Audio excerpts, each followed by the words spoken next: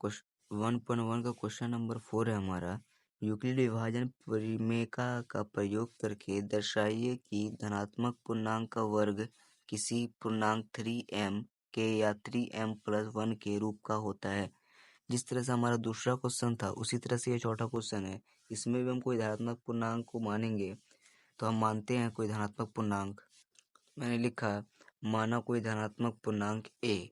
धनात्मक पूर्णांक को हम a मान लिया है और b हमारा कितना होगा। b देखिए यहाँ 3 है, ये फिक्स है तो हम b को 3 मान लेंगे।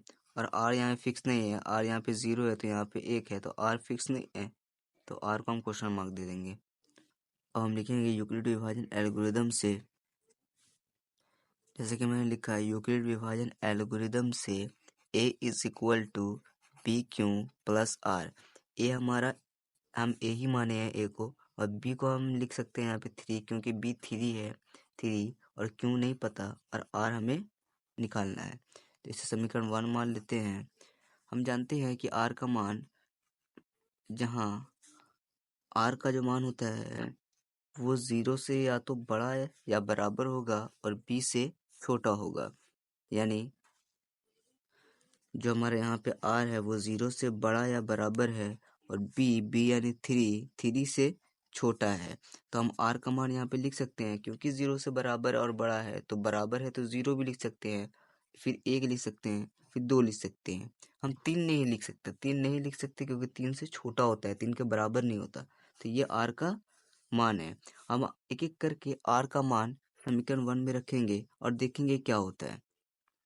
हम r का मान 0 रखेंगे समीकरण 1 में। a = bq + r, a = 3q + r की जगह हम 0 रख देंगे तो आंसर हो जाएगा हमारा a = 3q। तो ये कोई धनात्मक पूर्णांक का 3q आ चुका है हमारा। और जैसा कि क्वेश्चन था हमारा कि किसी धनात्मक पूर्णांक का वर्ग 3m आना चाहिए। किसी धनात्मक पूर्णांक का वर्ग 3m आना चाहिए, वर्ग 3m आना चाहिए। तो वर्ग करेंगे हम पहले इन दोनों को। तो हम लिखेंगे दोनों तरफ वर्ग करने पर। हमने लिखा दोनों तरफ वर्ग करने पर, दोनों तरफ मतलब इधर भी और इधर भी। तो a का स्क्वायर घन करने का मतलब, वर्ग करने का मतलब स्क्वायर चढ़ाना होता है। तो a पे स्क्वायर और 3q पे स्क्वायर। a का स्क्वायर वैसे ही रह जाएगा, 3 का स्क्वायर 9, q का स्क्वायर q स्क्वायर। अब हम इसमें 3q स्क्वायर में 3 को सिर्फ कॉमन ले लेते हैं तो हमारे पास बचता है 3q स्क्वायर, क्योंकि 3q स्क्वायर में नहीं चाहिए। तो a square = 3 bracket 3q square. अब हम 3q स्क्वायर को कुछ मान लेते हैं तो हम a स्क्वायर वैसे लिखेंगे, 3 को वैसे लिखेंगे और 3q स्क्वायर को हम m मान लेंगे तो 3m हो जाएगा हमारा। तो लिखेंगे हम यहाँ पे माना 3q स्क्वायर = m। ये मैंने अपने से माना है कि 3q स्क्वायर जो है वो पूरा मान m के बराबर है। 3q स्क्वायर का पूरा मान m के बराबर है। 3m हमारा कोई धनात्मक पूर्णांक का वर्ग 3m के बराबर का होता है। ये हमने पहले भी सिद्ध कर चुके हैं, सिद्ध कर दिया है। अब दूसरा नंबर देखते हैं हम लिखेंगे r का मान 1 रखने पर समीकरण 1 में। समीकरण 1 में हम r का मान 1 रखेंगे। समीकरण 1 है हमारा a = 3q + 1 + r। तो हम लिखेंगे a = 3q, r की जगह लिख देंगे हम 1। अब धनात्मक वर्ग पूर्णांक नहीं है, अब ये सिर्फ धनात्मक पूर्णांक है। अब इसका वर्ग करेंगे तो दोनों तरफ वर्ग करने पर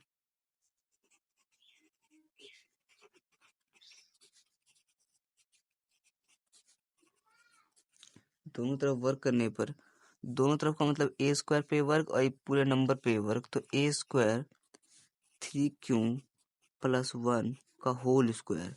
हमें पता है 3q + 1 का होल स्क्वायर मतलब a + b का होल स्क्वायर। तो a square + 2ab + b square.